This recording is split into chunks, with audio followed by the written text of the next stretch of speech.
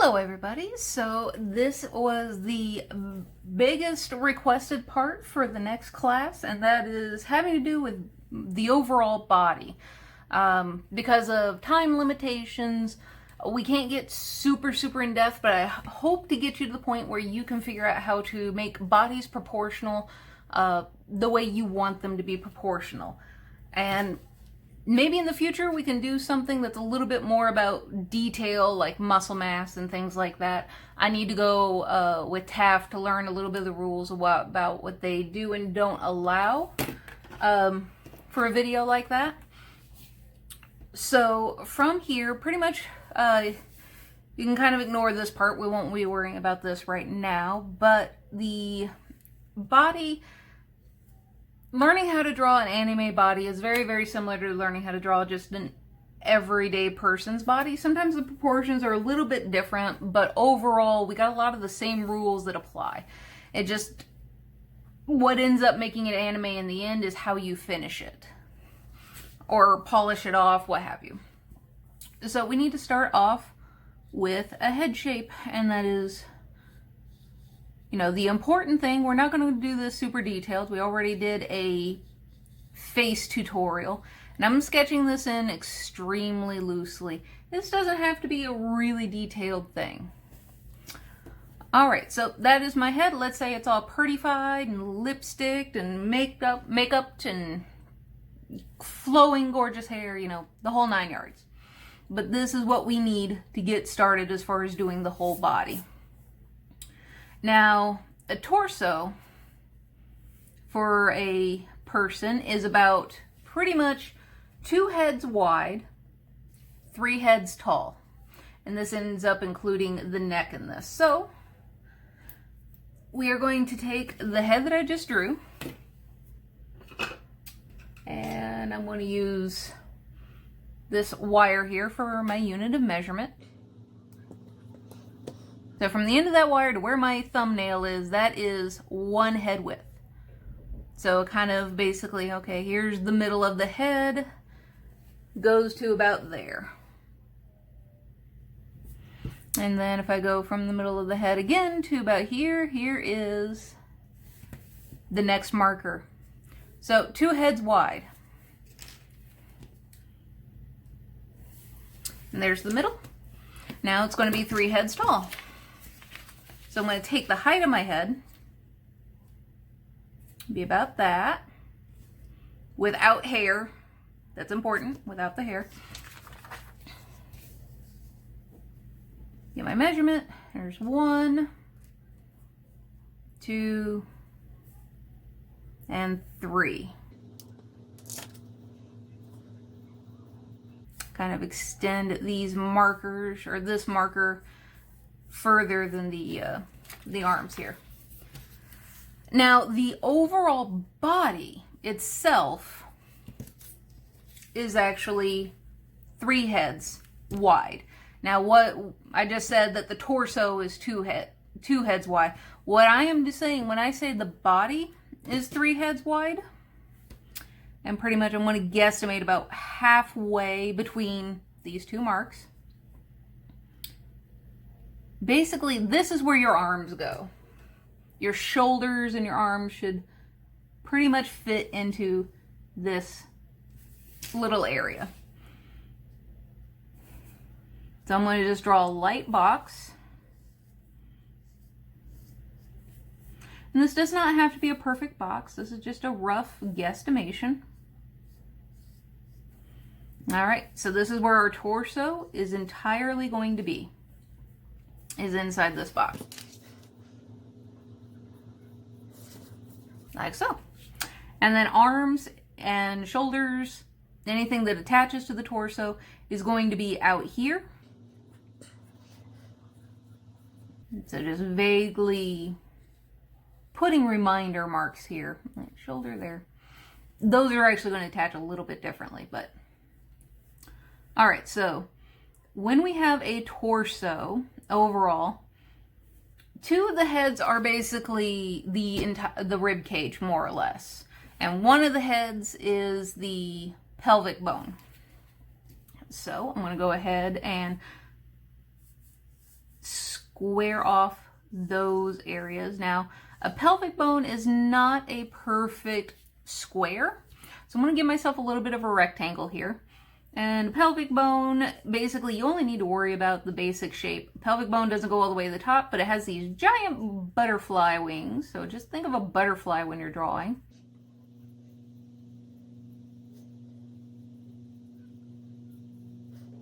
Pelvic bone. And that's really all we need to worry about for that part of it. It's just this vague shape, this vague idea. All this part is erasable, but this will get our proportions down really, really nicely. Now for the neck area, I'm just going ahead and attach here about. The head can go into the your square area here, and that's all right. Let's see here, or the neck area. I said neck, maybe. Words. And a neck is just a simple swoop, swoop. It's not too difficult to do. Normally, where people have the difficulty is connecting the neck to the shoulder area.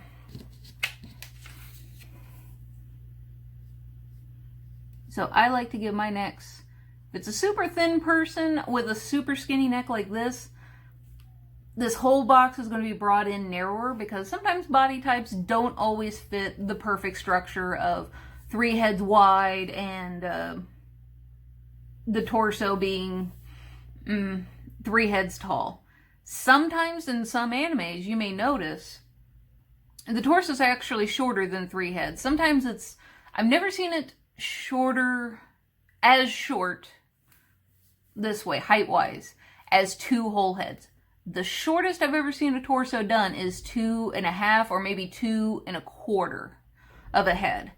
And that typically gets attributed to younger female anime characters, is that they have the shorter torso, but then they make up for it in super long legs. Because the overall torso, with legs and everything included, that ends up roughly being about 8 heads tall. If you have a male character and a female character standing next to each other, and you want the female character to be shorter, typically she gets shortened up by about down to 6 heads rather than the full 8. Thereabouts. So if you have a character that is thinner, you can, with a thinner neck and everything, yeah, everything can get narrowed down to fit within, this head size, but you're going to end up with a really, really skinny stick of a character. This will just give us an average body to start with. So, let me just go ahead and erase some of that.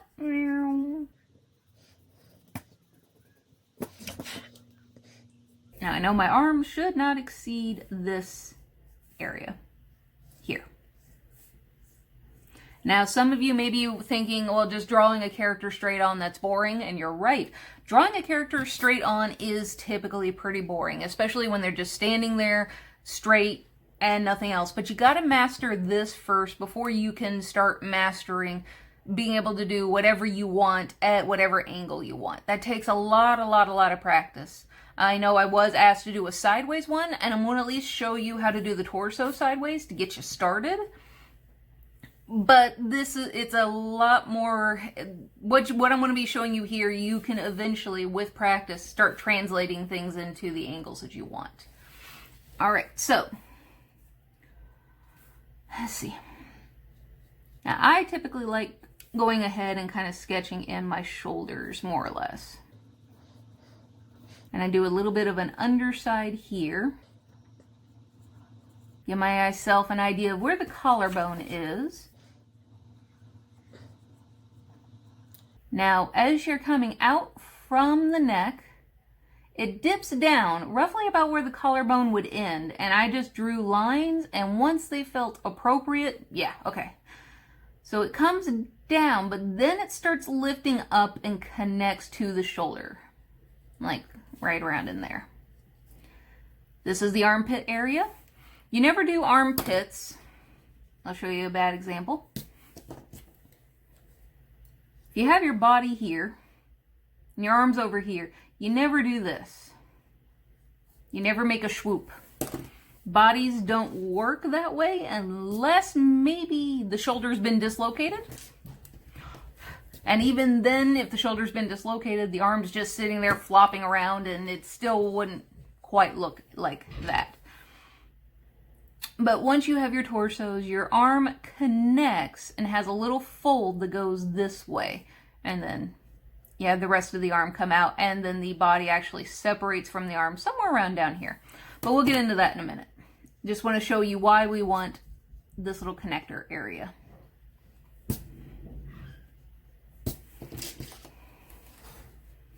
So make it a little bit more like the other side. There we go. All right, now for one of the more crucial steps, I feel, as far as drawing a body. For me, yeah, getting the head size is a thing, but for me personally, there are two things I like to draw first. One is the rib cage. Whenever I am trying to figure out where a body is, how big to make a body, I've done a lot of studying rib cages. So that way, like, I know what should proportionally feel right. Now, a rib cage, we're just doing a very basic shape here. Like so. And then we got this little area that concaves upwards.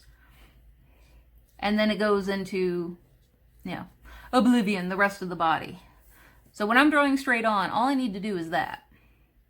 Here's my spine that connects down into my pelvic bone. It's not necessary to draw it, but you know, you can put it in there if you need to. Skeletons are very, very helpful for figuring out how to draw things. And then once you get the skeleton figured out, it's just a matter of draping the clothes and draping skin and muscle over the top of the skeleton like clothes. It just makes everything much easier. If the skeleton's proportional, everything else will follow. All right, so got our skeleton going on here. We got our hip area going on. We got the head. And now from here, I'm going to put two little round balls here because this is the ball and socket joint for a leg and femur. And then this is going to roughly tell me where the legs are going to go. All right, so we got that part done. Now I'm drawing a little dark just to make sure that it can be seen by you guys on the camera. Normally you would draw a lot lighter than this so that way you can erase some of the things that are going on, like the boxes and whatnot. All right, so we have our torso. Now let's move on to the arms. Now, this is where the units of measurement can get a little bit funky because an upper part of the arm is only a head and a half long. Sometimes you can make it just a little bit longer, but it is never 2 full heads long. And then the lower part of your arm, your forearm, is the exact same. It's a head and a half. And it's never really ever 2 heads long. So we'll just kind of do that.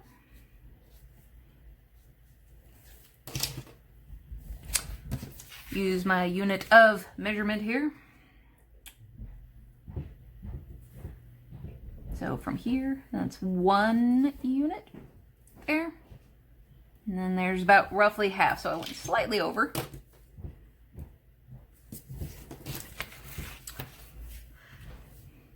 Then I can take this overall and do about down here.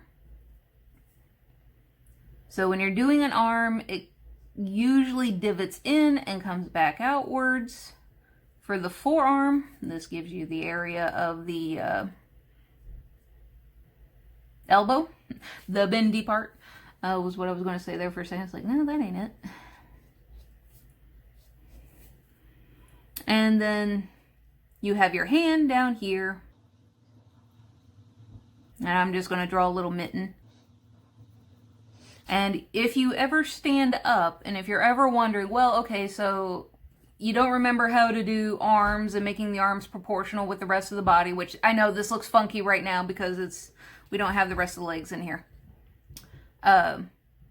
Just stand up and put your arms straight at your sides and just kind of tap yourself on the leg to figure out where your arm should fall. And that'll help you out a lot. Normally, it's just a little bit above the knees. All right, so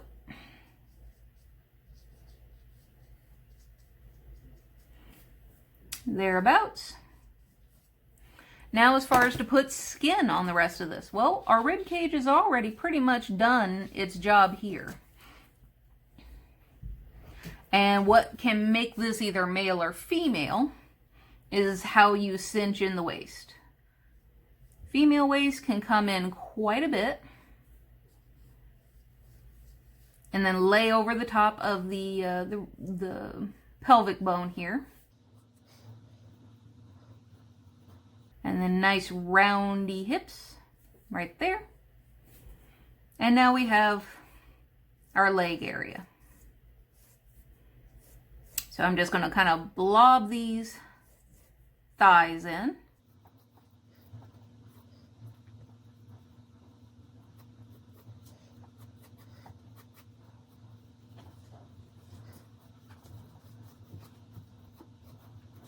And there we have it. And then the obviously girly parts up here.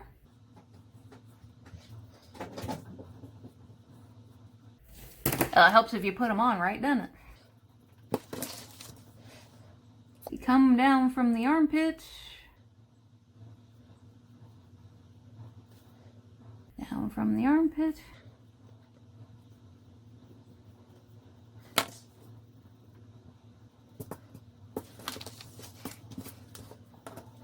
And there we more or less go. If you're wanting something to look a little bit more feminine, just bringing in the arms a little bit can help. Another thing that is definitely different when it comes to proportions with anime characters, a lot of the times the necks are unusually long, where if that person were to exist in reality, they would have those metal rings around their necks that are weighted. I think they do it in Africa, where it's just you add more and more rings and it slowly lowers your shoulders and lengthens the entirety of your neck from your chin to your shoulders. That typically is a pretty average.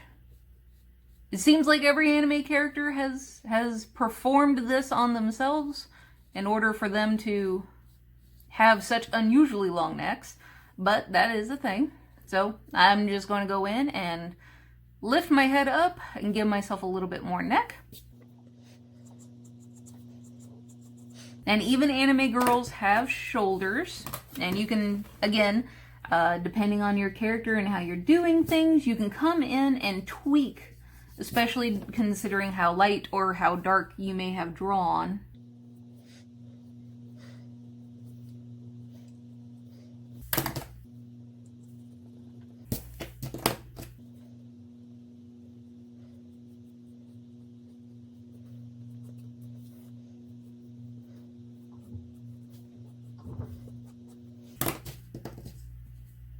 And then you can get rid of all this inner structure.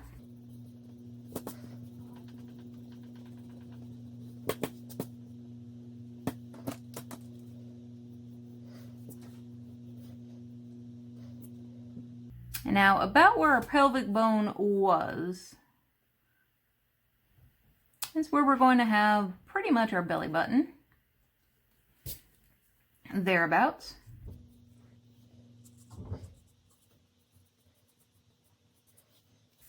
And girls' arms are shorter than guys' arms, so I'm going to bring this up just a little bit. And I think to go along with the whole idea of a anime character, they have the shorter torsos. I'm going to bring our whole torso up just a little bit more, which then therefore means that the legs are going to have to make up for that length going this direction. So let's say about up here instead. And then kind of move the pelvic bone a little bit.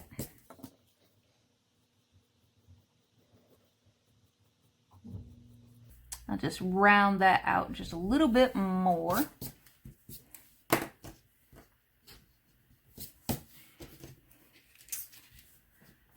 our knees.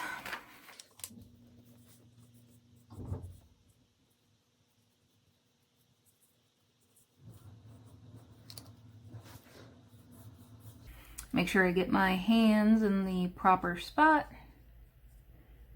So that way they're both the same length. There we go.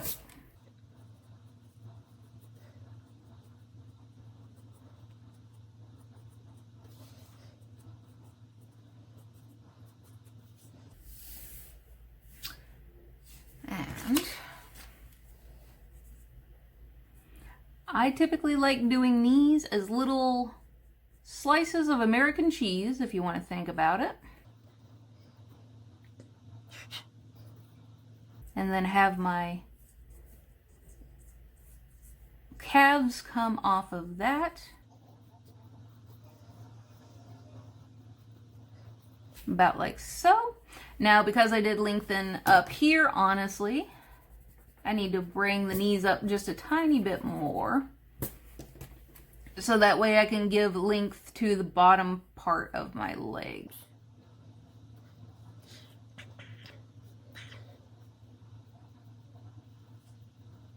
All right. Now to actually make that look good, I like to use the can method. I know roughly where my knees should be. Well, actually, the can method's for sideways, so never mind. So I know where my squares should be. I can start bringing in and then flaring out. Now, and then kind of give the impression of a kneecap by bringing in these lines. It looks very severe because I've made these so dark. Super athlete, apparently. But I know where my squares were. I'll go ahead and draw the square back in and I can show you. Here's where the side of that knee is. And that kneecap, I'm going to come in from the sides there. And then these muscles have pretty much got to join up with that.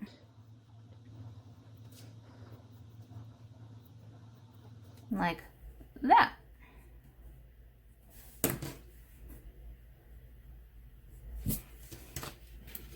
And we pretty much got a person fairly well proportioned. It's pretty easy to do. There is tweaking you can do to change the body shape, the body size, the body proportions.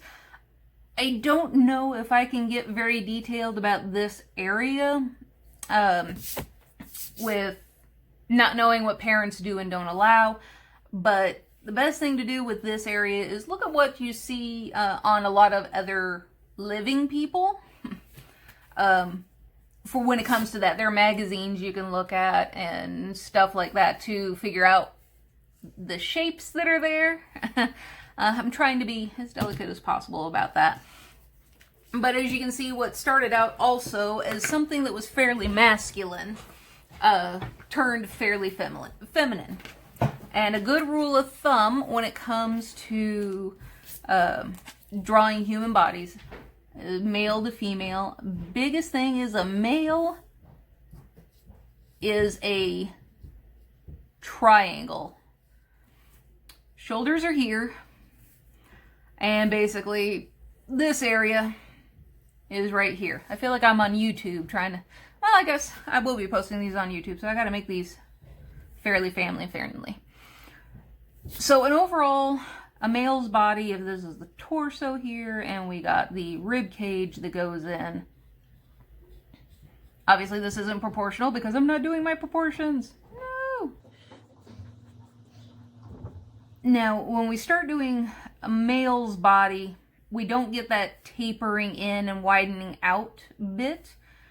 It's just pretty uniform all the way around. And then you got the hip area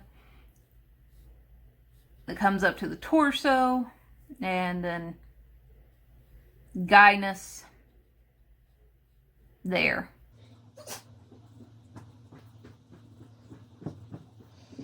And then underneath your, and this is why rib cages can be pretty important. Wherever this dip is, that is where, for a guy, you start the 8-pack. Although there is a muscle in here that makes this triangular shape. Let me show you. Lungs, pelvic. Now there's this triangular shape that goes underneath the ribs, like so. And then you got your 8-packs, abs, whatever you want to call them, going downwards. And then this is several muscles, but these muscles do meet up at the top. So you never want this hoop, this circle, to completely meet the rib cage. You want to leave at least a little space for this muscle structure to come in. And then it just goes down into legs. Ta-da! Male torso. And then we can shave it down and reshape it, and we can turn it into a female torso just as easily, and everything is super simple to do at this point and how you want to do it.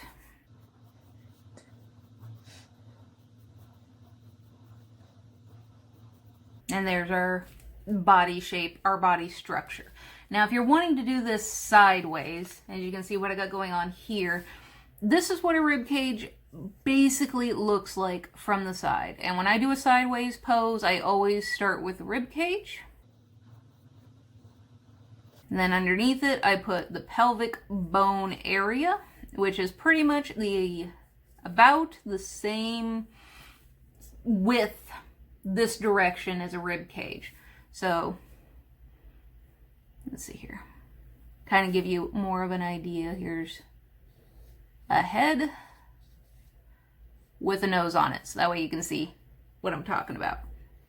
Back of the rib cage, especially on a girl, is nice and smooth. You get your shoulder blades in here, which continues the fairly upright position of the character.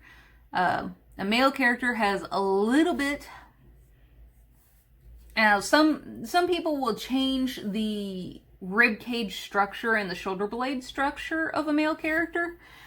I don't, because you'll see men who walk just as straight, and by changing it, you basically are saying that men's rib cage structure is positioned differently than a girl's rib cage structure. So then you got to learn two different skeleton structures entirely. I've seen men that have perfectly straight posture just like girls do. So that's not necessarily why some things start looking different, what I'm going to show you here in a second.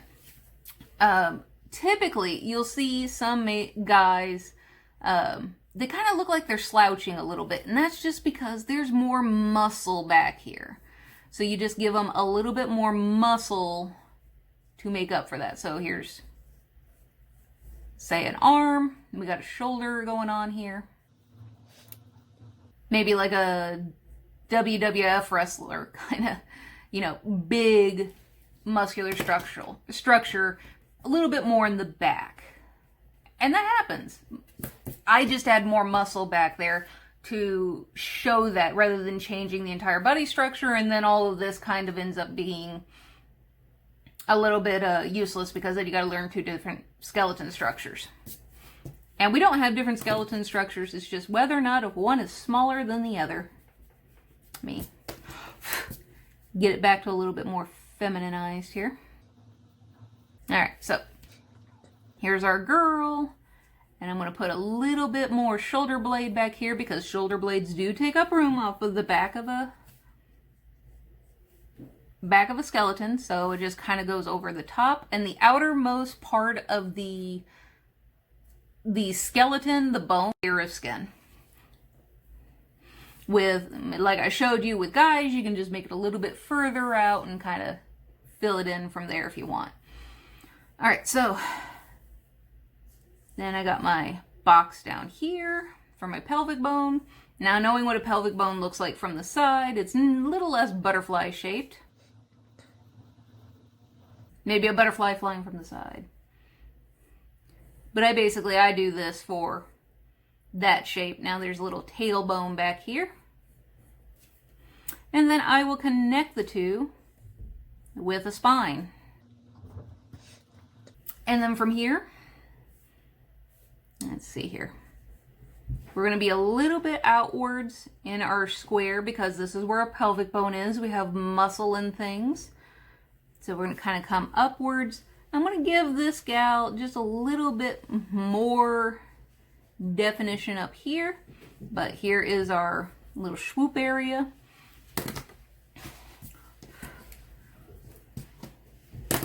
Kind of got this a little too dark here.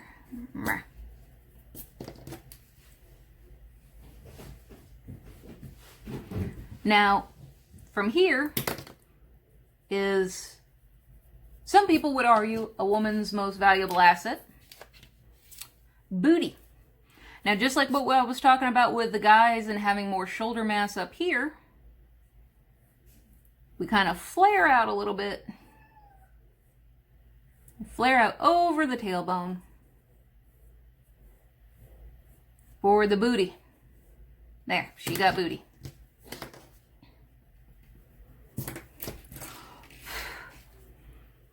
And I will come in a little bit further underneath the skeleton. We got booty here. And then we know we can't come any further in because that's where the spine is. We'll just connect the two. Now this area tends to be pretty flat up front. So we have that there. Now I'm going to go ahead and erase my skeleton. Except for I'm just lightening up the pelvic bone right here. But the rib cage is a little hint of it here. A little hint of the pelvic bone over here. And in booty.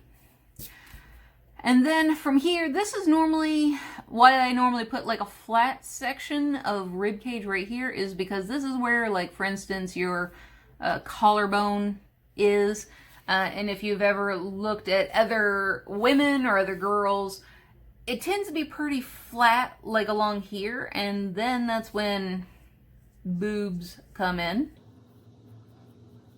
So then we can just kind of drape those over. And you can make them as big or as large or whatever you want to do with that.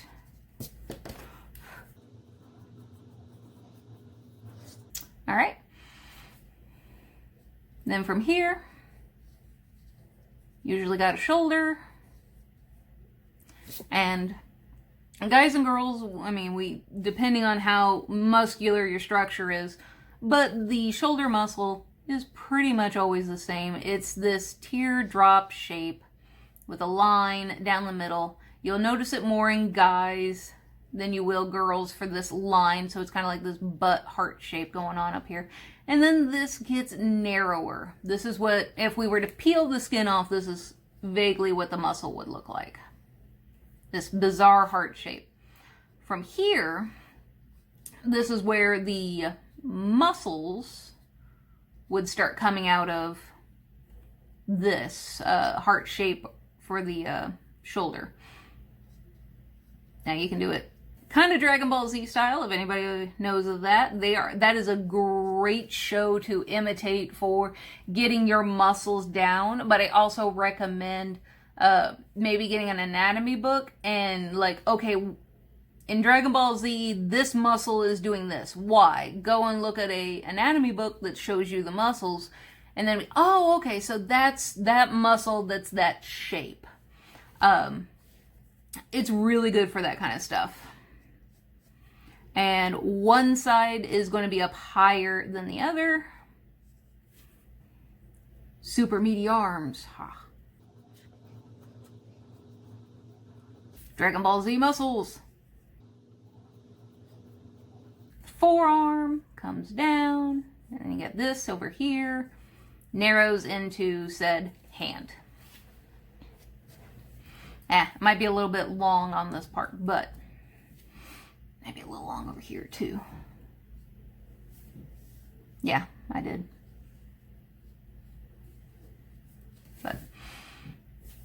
But you can see the different muscles. This is a back muscle here. Here's a front muscle. And then they both meet at the joint here. In reality, if we were to take the skin off,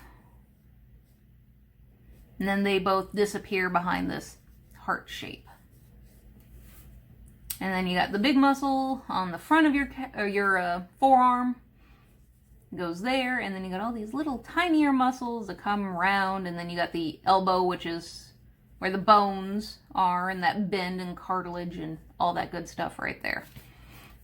Anyway, so that's what basically you got going on for a shoulder. Looks really weird without a proper head, doesn't it? It's driving me nuts. I got to do something about this real quick.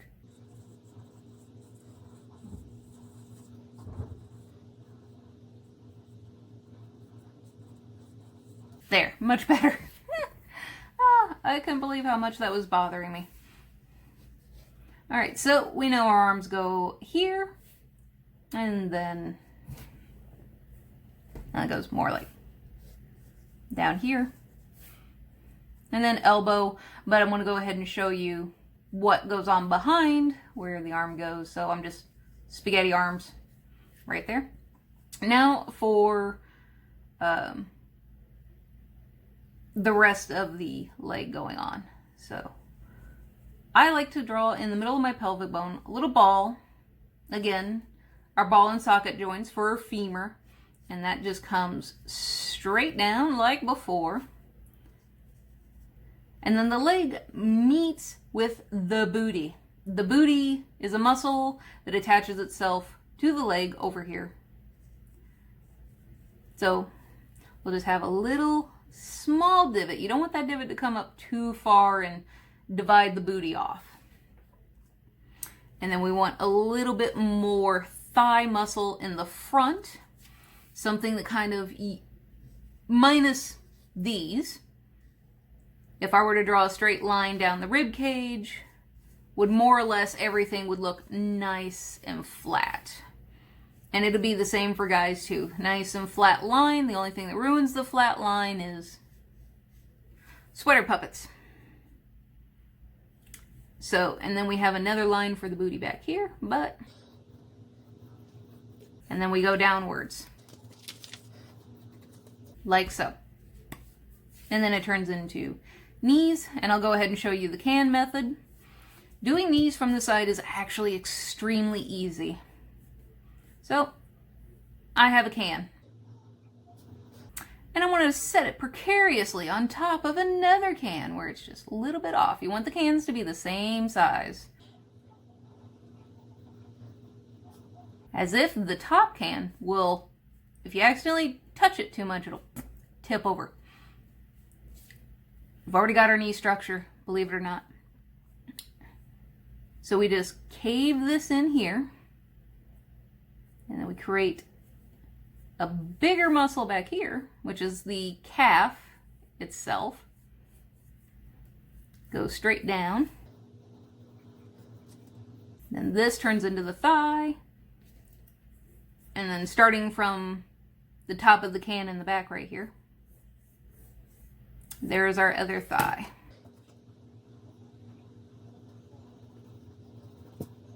Ta-da! Instant legs. Now we just smooth that out. Then you can put a little divot here if you want to show kneecap. Little divot there for kneecap. Ta-da!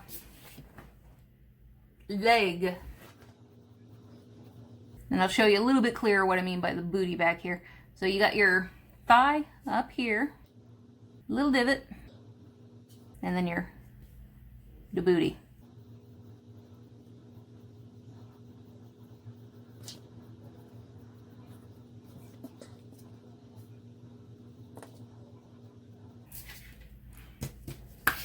And there you have your rough idea for that. So I'll see you guys in the next one.